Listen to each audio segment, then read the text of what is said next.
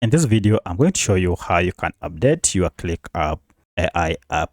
By updating ClickUp, you'll be able to get the latest features that comes with this app. You'll also be able to fix any errors that might be associated with the older version of ClickUp.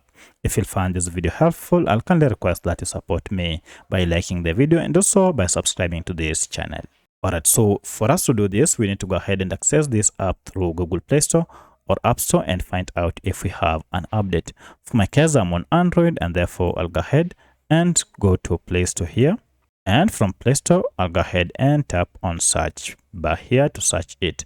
Alternatively, if you can see this bar, then tap on search icon down here and just search ClickUp as one word and tap on search here, and this will take you to the app. As you can see, if I click on it, we have an update that is available. This means I'm using an outdated version of this app. To update it, go ahead and tap on update, and this will go ahead and download the latest version of ClickUp Task, Chat, Docs, and AI app, and then install it on your smartphone. Once the app has been installed, now you can proceed and tap on open here to start using the latest version of ClickUp. If you have any other question, kindly let me know in the comment section. Otherwise, thanks for watching, and let's meet in the next video.